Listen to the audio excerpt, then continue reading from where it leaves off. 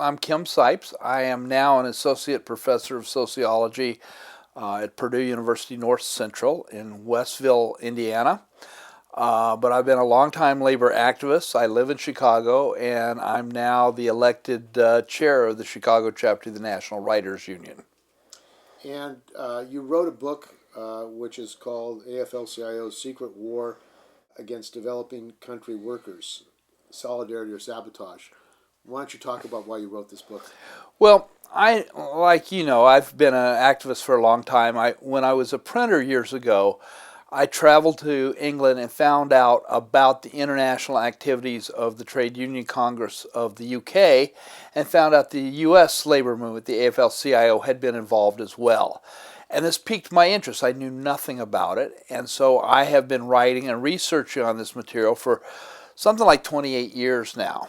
What I found out was that a very small group of AFL-CIO leaders, unknown to not only the members, but to most trade union leaders even, they've been operating on their own behind the backs of their memberships, acting in labor's name, in workers' names, but yet betraying the interests of workers, particularly in the developing countries.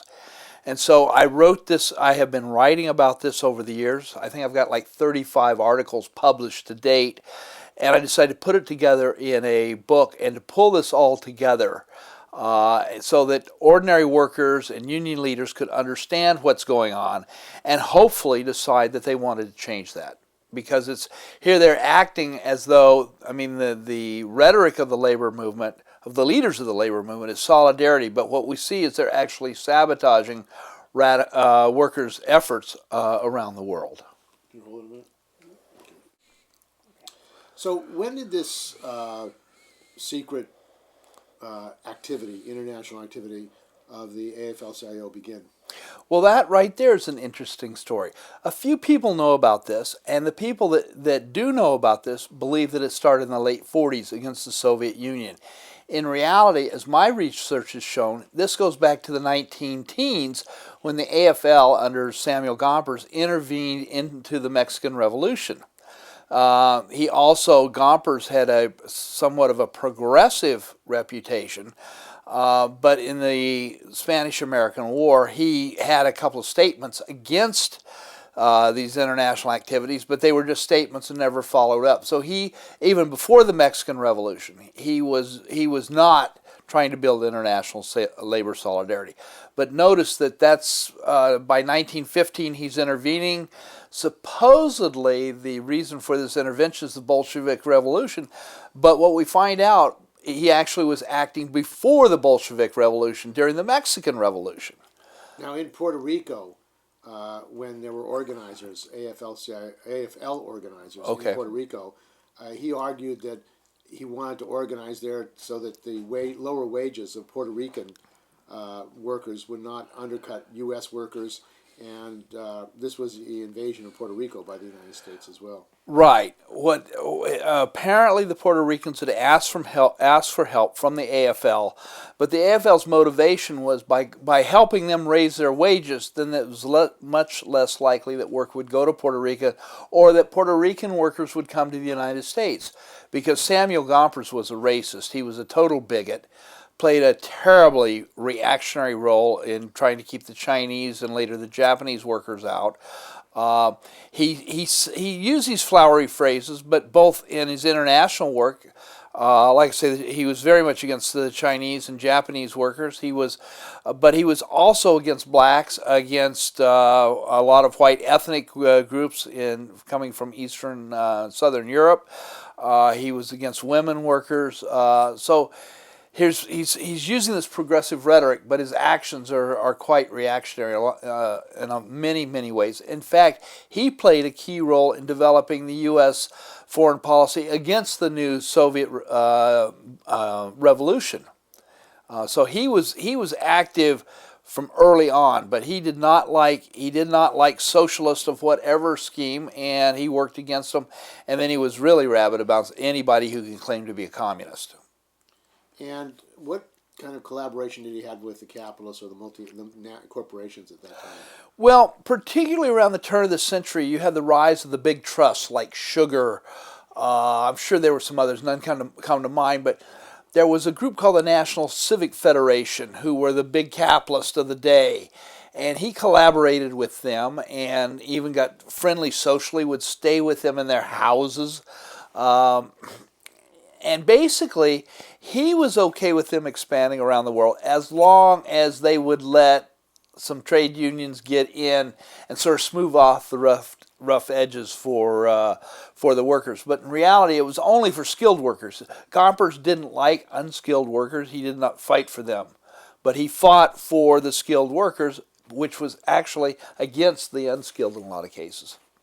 And what was his role as far as democracy in the AFL? Well, Sam Gompers was not a Democrat. I mean, he tried to, let's give him credit, he played an important role in creating the AFL. But his vision was a very narrow vision. It was what we would call business unionism today. It was a situation where as long as workers could improve their wages and working conditions, he didn't care about anything else. So anybody that wanted to take a broader approach, the more social, what we might call today social justice unionism, to realize that workers are sort of fighters for the whole working class and working families, whatever term you want to use, Gompers was against that. He just wanted wages and working conditions for his people, and that's all he cared about. So anybody that wanted anything broader, he was against. And in fact, by 1923, there was a guy, I can't think of the name, he was from Butte, Montana, who had been delegated by his union to the AFL National Convention. He was thrown out because of his politics. Gompers' control was complete, and no place was this more so on international labor issues. So Gompers was very much involved in it, and Gompers had his own way of doing things, and he didn't report that back to the membership. Only a very little of what he did actually got reported back to the membership. So how did you find out about his international role? Well, he's actually got, the University of Maryland has recently completed publishing a series of his writings. I mean, all of his private papers and stuff like that. They call the Samuel Gompers papers. I read through an awful lot of that. But I've also read a lot of the secondary literature to pick up on stuff, and then I would try to follow up and see that. And I think I've got a much more accurate view of him. I'll give him his due. He helped create the American labor movement in the early days, and to an extent, it was strong enough that it could survive even recessions. But he did this by excluding anybody else, excluding blacks, excluding women, excluding Latinos, and certainly these operations overseas. And what was his view about why the AFL, American Federation, should be involved overseas? Well, a lot of it, I mean, Gompers was interested in workers, in other words, but he also didn't want workers of color to come to the United States and draw down wages. So he came up with ideas so that they could maybe organize and make better wages in their home country so they wouldn't immigrate here. He was also very much against the syndicalist unions in the Southwest, those around the IWW or the copper miners in general. And Gompers wanted them to organize in Mexico so they would stay in Mexico, so they wouldn't come take white workers' jobs type of thing. So very much any type of attention he paid was only for the interest of basically white male skilled workers here in the United States. And why don't you talk about the hold it 1 minute.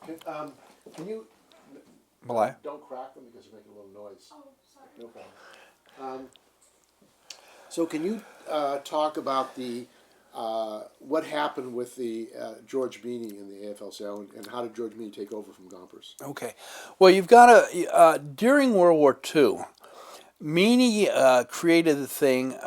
Gompers died in 24. There was not much going on until the war. And by 44, Meany he's a secretary-treasurer, but he's handling all the foreign affairs stuff. And he's setting up operations in Europe to undercut the communists. Now, we have to understand, there's a lot of, you hear the word communist and everybody freaks out. And the reality is that to understand it, you've got to get rid of this dichotomous thinking that we've been trained to do in American public schools, so that one side is all good, the other side is pure evil. That either-or type of thinking is destructive, and it can't let you understand nuance or contradiction or whatever. So, for example, if you want to talk about the communists, great. Let's talk about their good points as well as their bad points, and then we can come to some understanding of that. But also, like the United States, we can talk, or like the labor movement, we can talk about the good things about the labor movement, but we also have to talk about the bad things. They're not perfect, and we can't let them do that. So, but in this case, what they were doing is they were saying anything that the communists did was evil. It was this really black and white worldview, which totally ignored, or more likely actually repressed, the fact that the communists were leading fighters in the resistance movement against the Nazis in Western Europe, particularly in Greece, in France, in Italy, in Belgium as well. So the communists were leading the resistance movements to fight the Nazis. But Gompers thought they were evil, so he set up an operation they called the Free Trade Union Committee, not to support the communists, but to support their opponents within the labor movement. In fact, what he was doing is undercutting the fight against the Nazis in Western Europe. After the war, I mean, when the unions came out of World War II, there was a massive explosion of labor unrest. We had, in the first year after World War II, over 116 million hours of production were lost. There were national strikes in the steel workers, auto, meat packing, electrical parts. There were a number of industry strikes, like in lumber, and the Teamsters had several. You had general strikes in Stamford, Connecticut, and Oakland, California in '46. So you had this tremendous upsurge of people who had this idea, this broader idea of trade unionism and what it meant. It wasn't just over wages and working conditions. They wanted to create this new world, so we didn't slide back into the Depression. And Gompers, or the people of Meany and his folks, the business union folks, were freaked out by that. They did not like anybody who had a larger worldview than they did. At the time, because of the Cold War led by the U.S. government, they followed that and labeled anybody who didn't go along with their program as a communist. So you end up where this happens. You see Walter Reuther turn against the left in the United Auto Workers, and then Phil Murray. So by 1949, the CIO, supposedly the progressives, threw 11 unions out of the CIO. Now, the FBI reports that somewhere between 750,000 and 1 million workers were thrown out with these unions, and the FBI admits there were only 1,600 members of the Communist Party. So what that tells you, first of all, is that the struggle wasn't against the communists who had a particular political position or doing this or doing that. It was a war against anybody who had a broader conception of trade unionism other than just wages and working conditions. So what happened was they threw the left out of the labor movement and basically gutted the labor movement to this day. We've never recovered from that. So along with this, you also see, you see it in Europe first. Meany and his people are working with the CIA.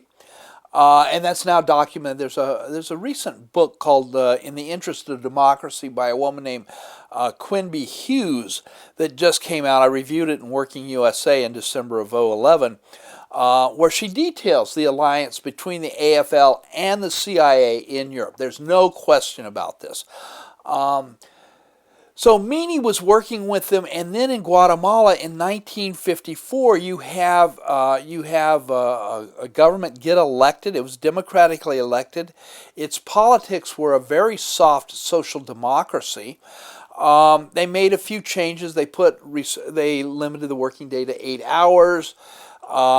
They had some health and safety things in there, I believe. But their big sin in the eyes of Meany in the U.S. was that you had United Fruit in Guatemala, which had hundreds of thousands of acres of fruit, and a fair amount of it was lying fallow. So the government told them they would have to sell it to the government. Well, that was obviously the mark of the communists. So the CIA, with the AFL's help, overthrew that government in 1954, the government of Wakabo or Benz, and replaced him with a range of military dictators. So the AFL-CIO was involved, or the AFL, it was still separate. The AFL was involved in 1954 with democratically overthrowing this democratically elected government. So they were labor imperialists at that time. Oh yes, very much. And they were acting, again, all this is without the knowledge of even most trade union leaders, much less the members. Yes, they were doing that. Now, what was his position during the 1919 Palmer raids? Well, that's not Meany. That goes back to Gompers. Gompers supported that. Why don't you talk about that? Well, I don't know a whole lot about it, but I know he supported the Palmer raids. He was against, again, a lot of the people who were thrown out of the country were immigrants from particularly Eastern Europe. I think Emma Goldman, I think a number of people like this who were either anarchists, some might have been communists, some might have been socialists. Basically, any of these folks had a larger vision, and Gompers supported that. He also was against the IWW people. A number of them had been arrested for their opposition to World War I. Eugene Debs was one of them, and a number of the IWW leaders got 20-year sentences in Leavenworth, and Gompers was opposed to ever releasing those people. So we have this long-time war against anybody in the labor movement that has a larger vision than the leadership. Okay, so that's sort of the domestic side. Let me go back to the international side. You see this play off again in Brazil in 1964. You have some social democratic reforms that are benefiting workers, but because they were not controlled by the business unionism, Meany worked with the CIA to help overthrow that government, instituting a dictatorship that lasted until '87. But the one where we know the most is the coup in Chile in 1973. Now, Fred Hirsch, who my book is dedicated to, discovered as early as 1974 that the AFL-CIO, through their regional operation they call AFIELD, the American Institute of Free Labor Development, AFIELD had been involved in organizing workers against the Allende unions, and ultimately that they played a key role in instigating the military coup. And this was documented as early as '74 by Fred Hirsch, who was a plumber in Plumbers and Fitters 393 down in San Jose. And in fact, it was so accurate that the AFL sent in William Doherty, the head of AFIELD, and an assistant to try to get the Labor Council, the South Bay Labor Council, to back off. So, but somebody there had been in Brazil and knew about their operations with the CIA. So they weren't able to counter this effort, and it went through. So the South Bay Labor Council, to its great honor, passed the first resolution against this. But again, another democratically elected government was overthrown with the help of the labor unions, with the help of the AFL-CIO. Now, after that, in 1995 we had the first free elections in the AFL-CIO. John Sweeney gets elected. One of the things Sweeney uses is he's saying there's so much opposition to the foreign policy stuff. He comes in, he makes some changes, he gets rid of there were formerly regional organizations in Africa, Asia, Latin America, and southwestern Europe. And these were sort of semi-independent operations. He got rid of them and set up a thing called the ACILS, the American Center for International Labor Solidarity, often gets referred to colloquially as the Solidarity Center. And Sweeney comes in and he gets rid of the old operations and replaces a lot of the coal warriors. He sets this Solidarity Center up, and he changes his rhetoric. No longer is the biggest threat to workers that being the communists, but it's neoliberal capitalism. And so things start looking really interesting because maybe we're going to start building this real international labor solidarity. And myself as well as some others sort of relaxed a little bit. But then came the coup in Venezuela in April of 2002. I had been studying the Chilean Revolution, and as soon as things dropped off in Caracas in April of 2002, my antenna went up because there were some incredible parallels to what I'd seen in Chile. So I raised the question, is the AFL involved? And they denied it, particularly a man named Stan Gasek. Well, what actually happened was that they were involved in laying the groundwork. They weren't involved in the actual coup attempt itself, but they were working with the head of the Oil Workers Union, a guy named Carlos Ortega, who was intimately involved in the coup attempt. And if you see the movie The Revolution Will Not Be Televised, they're showing Ortega right there making key decisions and stuff.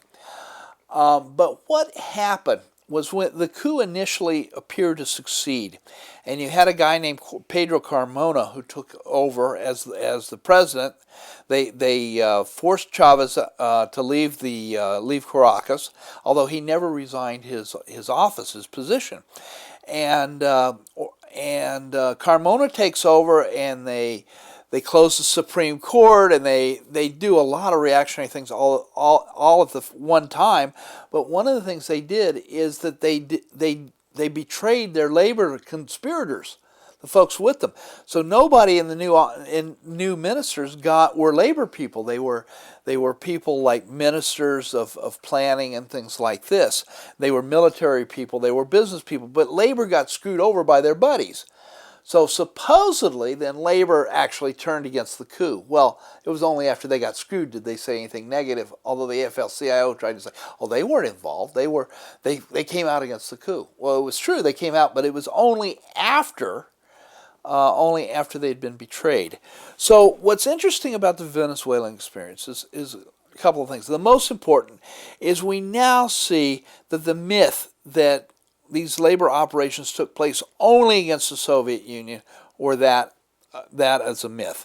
Operations happened before the Bolshevik Revolution in 1917, and it happened after the Soviet Union fell in 1991. So you've got something going on much further. And so what I'm doing in my book is trying to put this in a way to understand it. And so I've been, since, I was in the Marine Corps from 69 to 73. I'd volunteered, drank the Kool-Aid, even volunteered to go to Vietnam as a door gunner in a helicopter, and somehow was never sent. But because I was ordered to engage, the Marine Corps was very racist. I don't know if it still is, although I imagine it is, but it's very racist then. And we had a race riot at every major Marine base in the world except that of Yuma, Arizona, where I was stationed. And the race relations got so bad that units were being disarmed after they came out of the bush in Vietnam because there were actual firefights between whites and black Marines. So they set this program up at Yuma not to do anything about it, but to cover their asses in case anything did jump. And the two African Americans that I was detailed to work with looked at me and they said, "Look, if you're going to be any good to us, you have to understand the young black Marine." So they hauled out literally a 2-foot stack of the heaviest black revolutionary literature of the 60s. Die, Nigger, Die, Soul on Ice, Blood My Eye, all these incredible things. Go back to your barracks, read this, and when you get it, come back to work and we'll go to work. And I'd been raised in a conservative family, but it wasn't racist. So I was able to read this stuff, and it made sense. I came back to work and spent 18 months fighting racism as my official duty in the Marine Corps. And that got me thinking. Thinking about what we were doing. Then the Pentagon Papers came out, which said that everything we'd been told about Vietnam from A to Z was not only a lie, but a conscious lie by the government. So by that time, I'd turned totally around, and it was going to be Canada before Vietnam. I was not going to Vietnam at that time. Fortunately, they never tried to send me. I got out, etc.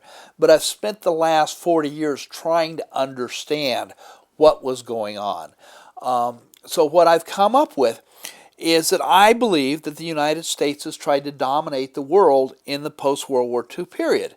Now, obviously, they were blocked in certain areas, particularly Eastern Europe and the Soviet Union and China. But other than that, they were trying to dominate the world. And so to understand this, I think the only way to really understand what the U.S. is doing in the world is to understand that we have an empire, a U.S. empire.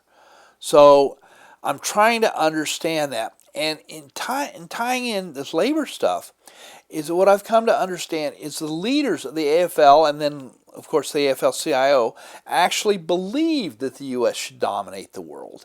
And I think that they're trying to act in a way that keeps the U.S. in control of everything because they're not willing to do anything to fight the challenge of our economic system, even much less our political. Well, wasn't that the basis of the formation of the AFL-CIO? The crushing of the left unions, the purges, and then building a corporate type union that went into labor management partnership and wanted to support U.S. multinationals around the world? Basically, yeah. I mean, the AFL had strong traditions of that. Now, the AFL was not totally reactionary, but it was largely. And then after the CIO purged its left, then that meant that those left in the CIO could merge with the AFL. They thought the U.S. should dominate the world. They thought that they could work out a deal with the capitalists, the large corporations, because they both had interest in dominating the world, and all right, we'll be good boys if you pay us a little more. And so this is where the roots of this labor management cooperation comes from. How that this total embeddedness in with the Democratic Party. I mean, that starts earlier, but that's really there. That's all cemented, and this has happened in the post-World War II period. But what we see is by 1973, we see the world changing. We see Germany and Japan, as well as the Western European countries, have recovered from the war. They're able to compete and outcompete the U.S. The AFL-CIO does nothing about it. By the 80s, you're seeing so-called developed countries, former third world countries, come up, and they start producing South Korea, Taiwan. But U.S. capitalists could make more profit. NAFTA, going to Mexico, going to China, going to India. So why invest in the United States? I mean, that's and these unions were unable to stop the Democrats and the pushers of NAFTA and the free trade agreements and the WTO. No, you're right. But see, why we got to have this. See, let me step back. Americans have been taught that we understand the United States by what's happening in the geographic United States, including, of course, Alaska and Hawaii. They're not separate, but we see that as a whole. So the U.S. nation state, if you will, the U.S. as a geographic nation, that's all we look at. And that doesn't explain what you just talked about. Because obviously these corporations can make a lot more money, particularly in the developing world, but why do we have the American military built up to the extent it has?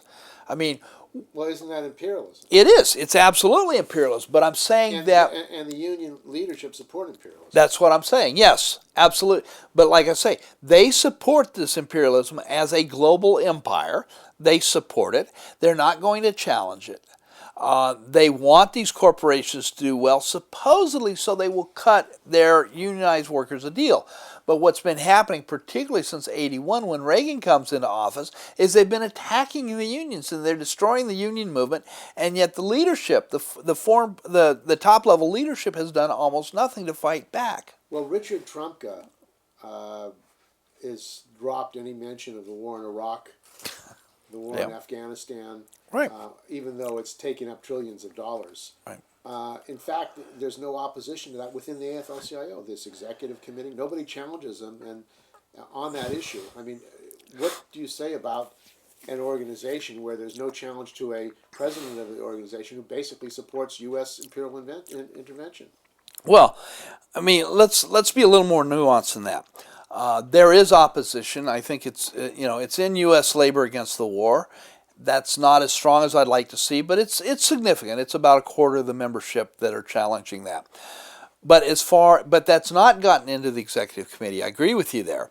It's not, and the executive committee not only has continued these policies, But you have to remember, in 2005 in Chicago, at the National Convention in Chicago, the AFL-CIO's National Convention passed a resolution demanding the rapid withdrawal of troops out of Iraq in 2005.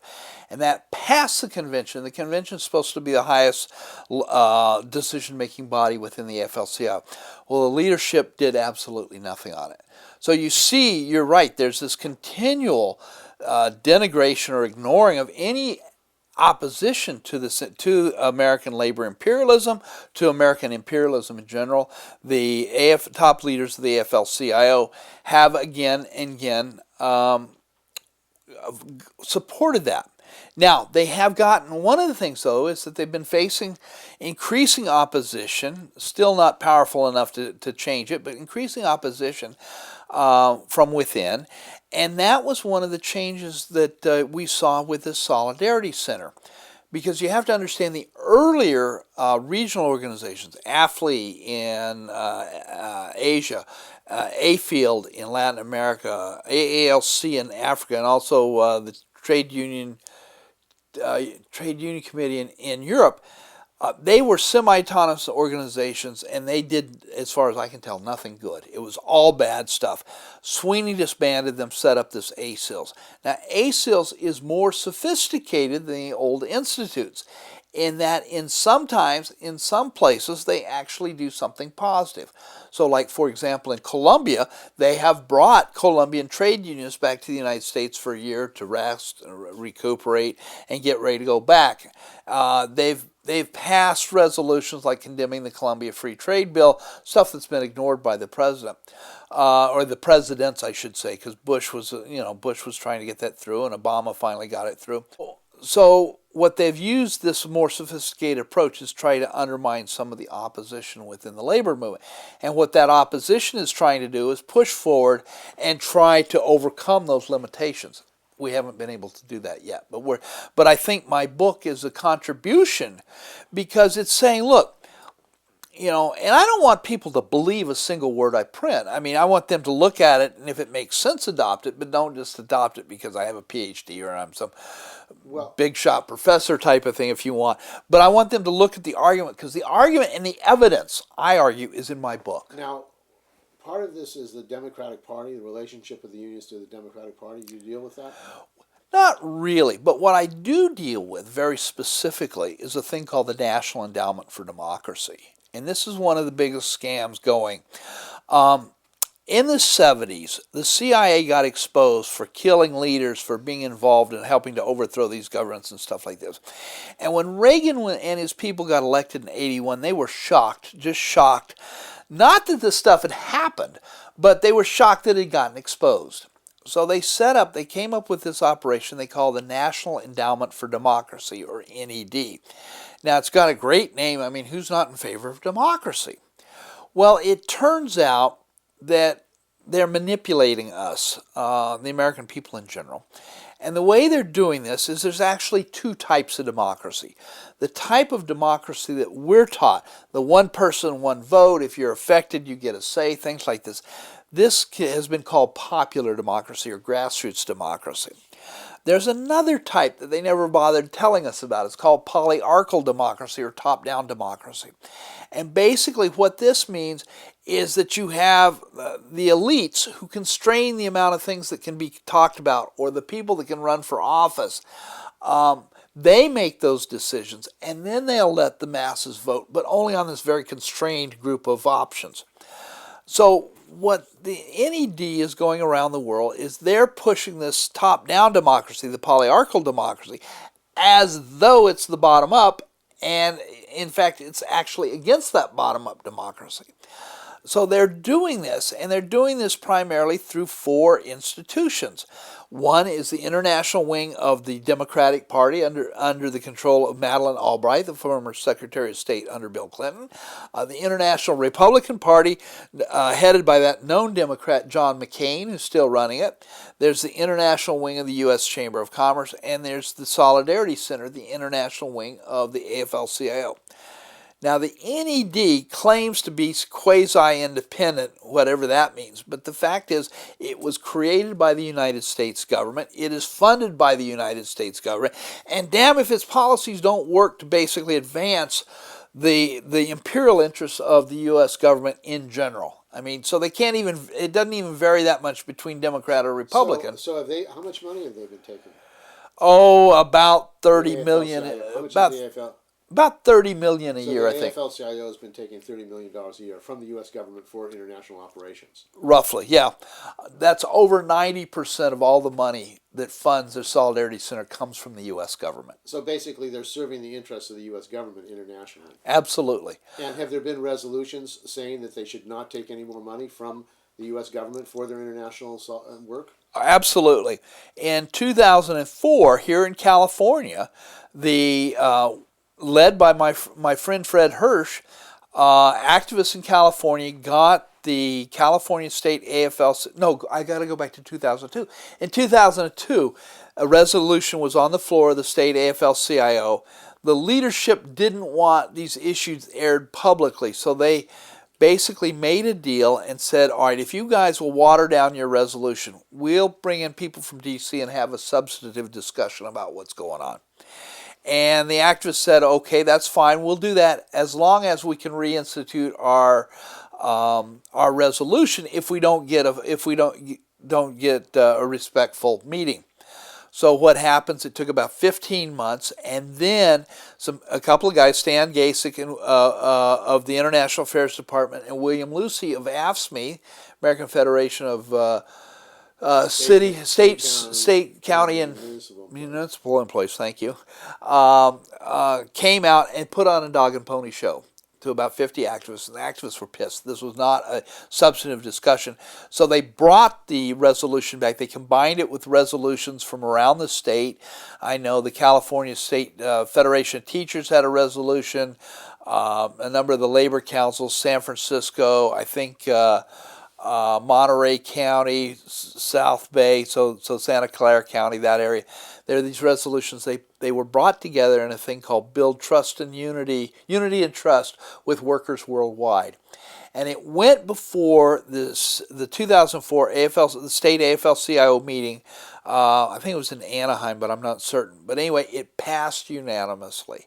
So over 400 representatives of something like 2.1 million California workers. And California itself was 1/5 of the entire AFL-CIO before the split.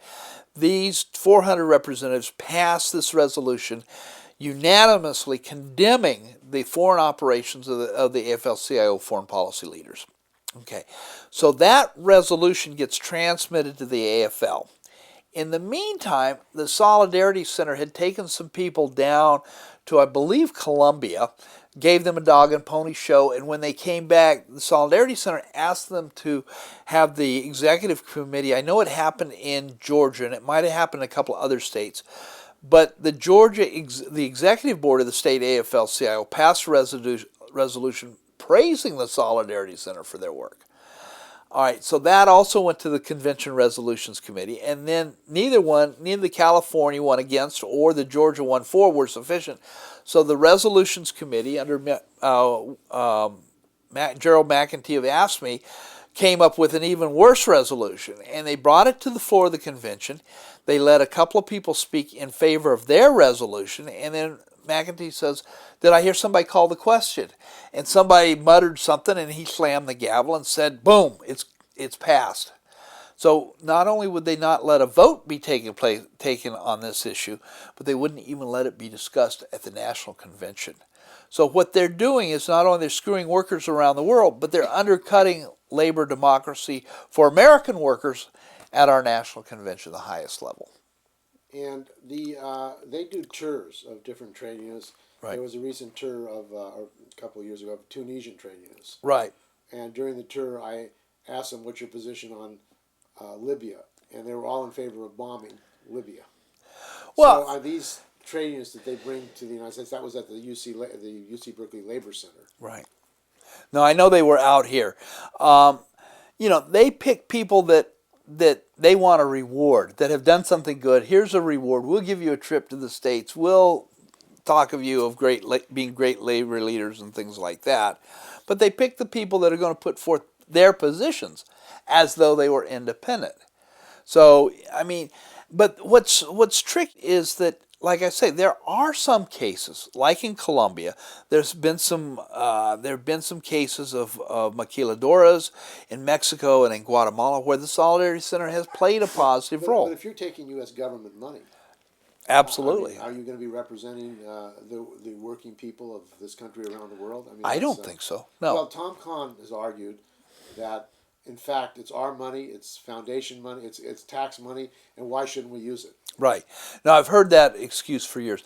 I don't believe. Here's the thing. If they were being honest, first of all, if the AFL-CIO thinks that they should be able to take government money, then they should take it to their membership, let the issue be discussed in full, and get it debated about or whatever. They've never done that. And they've never presented an honest report about what they're doing anywhere.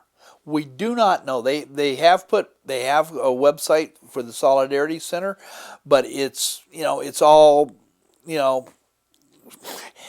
this wonderful stuff. It's not critical. It's not honest about what's going on. Are you saying that Richard Trumka and Schuler, the Secretary-Treasurer, are engaged in a cover-up and engaged in basically lying to the American workers about what the money that they're getting from the U.S. government is being used for? I don't see how else you can put it. I mean, I think they're lying, but it's not lying by commission. It's lying by omission. They're not telling any of this. Well, was Trumka ever questioned about the role of the AFL-CIO in Venezuela? I don't know. I don't know if Trumka was, because he was Secretary Treasurer. As far as I can tell, and I've not been able to get access within the AFL-CIO leadership. Did you ask to talk to him for your book? I didn't, because there were a couple of efforts where I tried to talk to them and I was shut down, and it didn't go anywhere. Stan Gasick actually called me. I don't know how he got my phone number. Called me and said he was going to be in Chicago and wanted to talk, and I wasn't sure I was going to talk to him. Why not? There's a lot of question practices about these people, and sometimes folks disappear. And that was at least a question in my mind. I checked with a couple of friends. They told me, yeah, go ahead, but make sure somebody's there with a camera to make sure it shows you talking to these people. But Gasick never had that meeting. I never talked to him. He backed out. He told me he was going to be at the Drake Hotel, told me to call. I did several times. He never answered. He never responded. So I had tried to talk to them, but they don't want to talk to me, because I know what I know what I'm doing. They have never, to my knowledge, they have never been able to find any cracks in my argument, my cases. Before I say something, I'm usually very well documented and have strong cases to be. And nobody has challenged the substantive nature of my work. So what is the solution to what appears to be the domination of the AFL-CIO by multinational corporations, by U.S. business interests overseas as far as foreign policy? Well, I think we've got to be more sophisticated in this. See, let's step back. The argument among the left has been, for a long time, that labor's foreign policy has been controlled by outsiders, whether the multinational corporations, the U.S. government, the CIA, whatever. I don't think it is. My analysis is that the top people of the AFL-CIO, and I'm talking about the director of the Department of International Affairs, the Solidarity Center director, certainly the president, a few top people aren't they operatives for the multinational corporations on a global level? Well, the effects of their stuff is, but the importance of the difference is that if they're making policy within the labor movement, which I argue they are, then we can fight and change it in the labor movement. If they're nothing more than puppets for the multinationals, then there's not much we can do. And I don't. Well, you can still throw them out. Well, you can throw them out, but the larger question is not. We no longer have George Menian, who was an arch reactionary, however you want to put it. But was he replaced by anybody better? Arguably not. Was Sweeney better than Lane Kirkland? Well, he acted differently, at least at first, but arguably not overall. We've got to change the system. And, there are many things about the AFL-CIO that I don't like. But I think ultimately that we've got to work to transform the unions, which, you've been doing, I've been doing, we've been doing for years. Do you think, as a matter of politics, that the AFL-CIO, which is a pro-capitalist, pro-imperialist trade union federation, was based on a foundation of labor management partnerships supporting U.S. imperialism around the world, can be made into a union that's going to fight for workers? Well, it's a difficult argument, but we have to understand, though, the AFL-CIO, in fact, we just had this discussion. I'm a member of the United Association for Labor Education, and it turns out that old wobbly saying that the workers and owners have nothing in common, I forget the exact wording on it, but it's a very powerful statement. 1905, Industrial Workers of the World, that was the slogan of the AFL when it was created in 1886. So it was not set up to be a collaborationist thing. It has worked to become that. Now, today, what are we, the problem is in my opinion, is how do you take these unions and transform them and make them something fighting for American workers? It's not going to do any good to tear the unions all apart. Well, the unions are falling apart. I mean, in the sense that they're losing members. The UAW, your union, no question, is in a labor management partnership with the auto bosses and Obama. Right. And new auto workers are making $14 an hour, half their previous wage. They have to live at home. They can't even afford to get their own home. I mean, it is the ideology, the position, the actual material position of these union officials, of the UAW and others, is they're representing the company. They're in a labor management partnership, and they're saying this is the best way to defend workers by being in this partnership with the bosses. Right. They're doing that. There's no question. So the question then comes down, well, do we try to destroy the unions in general, or do we try to keep them, but to change them to become fighters for the workers? Now, I don't know if it's possible to pull that off. I'll be honest. But I know one thing, it's not going to happen by the trade union leaders. That is clear. Can we build, part of the thing is it's very interesting to see the effects of things in Madison and also in the Occupy movement. The involvement of unions has largely been from the rank and file. And they're trying to find ways to change things. And they're being opposed by their labor leaders, Can we find way? Can we break that hold? I don't know, but I don't want to. But until we've got something positive to replace that, I think it's a mistake to say we should just destroy that. Well, I'm not saying what we should say. Okay. I'm just whether we should destroy it or not. I mean, there are workers who are leaving the AFL-CIO are decertifying because they don't see the union fighting for their interests, and the concession bargaining. All the policies of these unions is to give up everything that the unions have won. So the question is whether or not you see a change happening within this AFL-CIO that would change the whole political foundation of it and the whole direction of it as a pro-capitalist, pro-imperialist trade union federation. I mean, it's not saying workers' interests first. Right. It says we have to be in collaboration with corporations and we have to be in collaboration with the U.S. government. We have to support the U.S. government. Right.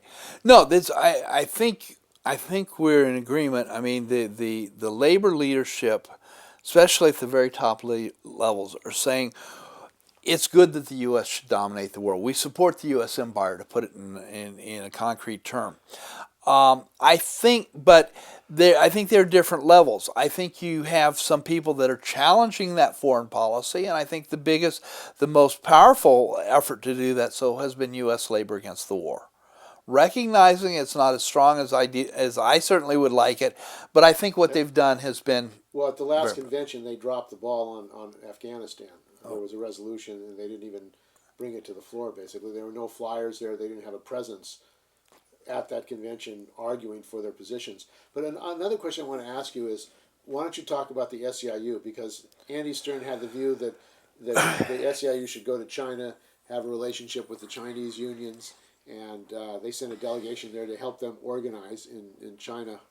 What's your view of the Chinese unions are controlled by the government, and that's what they're there for, and they want to keep a lid on things. I certainly am in support of, independent grassroots unions.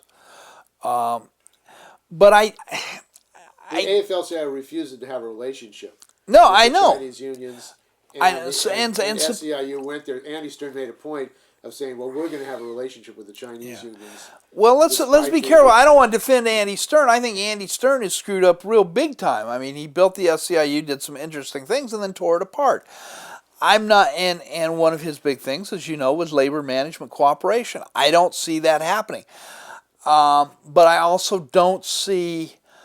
I think one of the things that's got to be done that has not been done, and I don't think, to be honest, has even been done in a lot of progressive led unions, is that we've got to educate the membership. We've got to talk about these issues. We've got to say, here's some information. What do you want to do about it? Because they're the ones that have got to decide. But that's what I'm trying to do, is provide tools and provide thinking for people to say, is this what we want? Do we want to get sold out? If we don't want to get sold out, that means we have to take responsibility for our union and transform it from the base. And truth is, there hasn't been enough of that. Some of us have been fighting for years over this. We've done some things good, we've done some things not so good, but we haven't been able to inspire enough people to come with us. And I'm hoping that events in Madison, events in this Occupy movement will get people to start looking. But if they start looking, what are they going to see? They need to have material that will treat them with respect, that will say, here's the way that I understand it, see if it makes any sense to you. And I think there's efforts.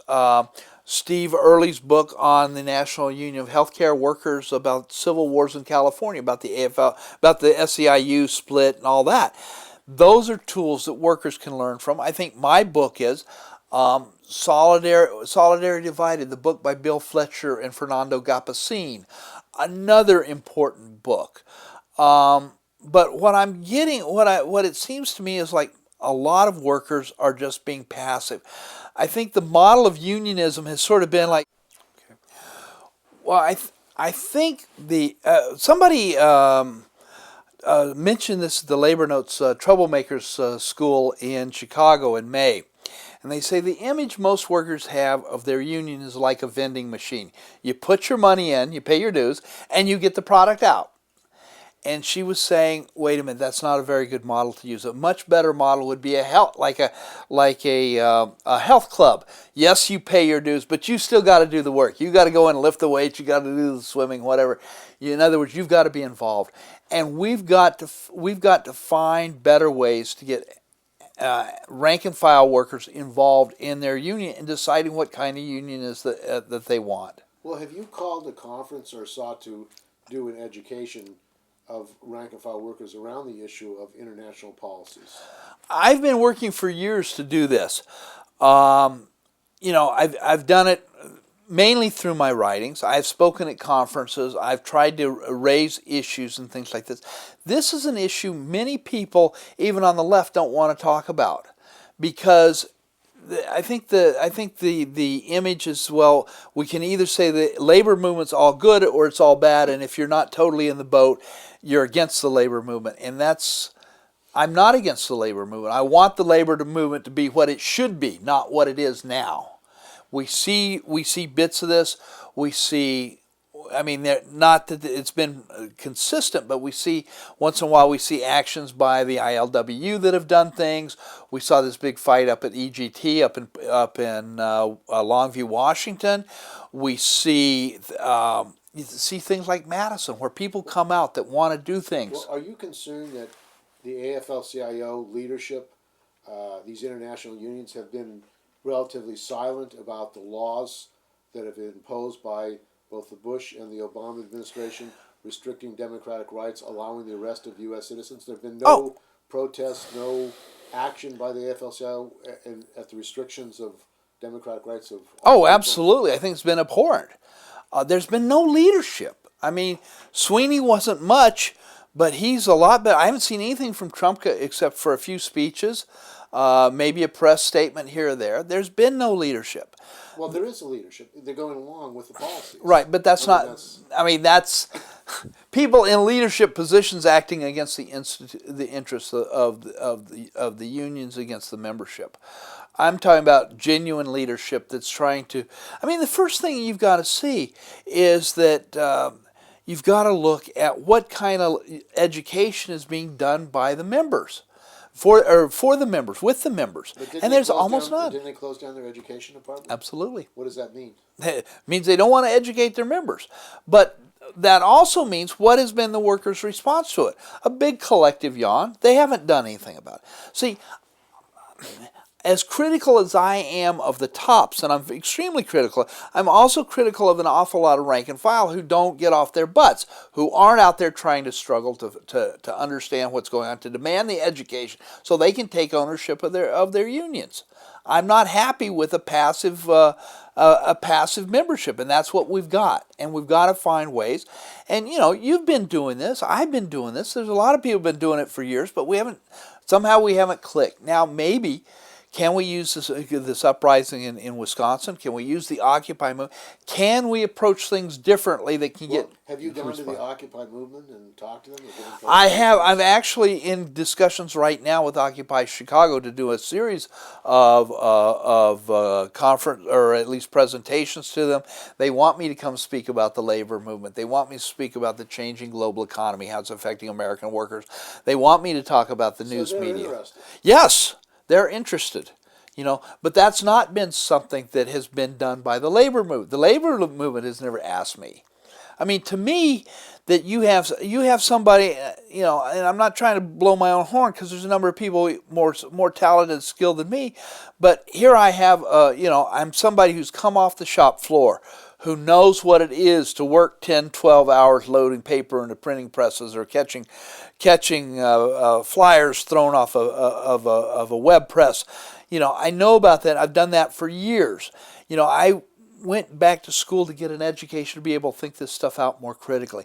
I would think I would be a resource that they would be desperately trying to utilize. I've got none of that, whether in California or in... Are they afraid of you?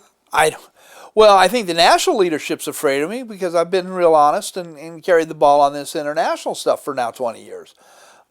They don't want me telling this. That's why, and excuse me, I was willing to work within the labor movement processes on the international stuff until that 2005 resolution when they wouldn't even let a discussion take place. And I said, when that happened, screw it, I'm going to bring out a book. I'm going to try to force these issues more than I ever have before. So I'm here in San Francisco trying to speak to groups. I'm going to New York. I'm going to do some speaking. I'm trying to break this issue out even larger. How successful I'll be, I don't know. But I'm out there trying to do this, and I'm working with people like yourself, like others around the country who have been fighting for a long time to try to change the labor movement around. Something's happening, and I think it's worth fighting over and trying to figure out.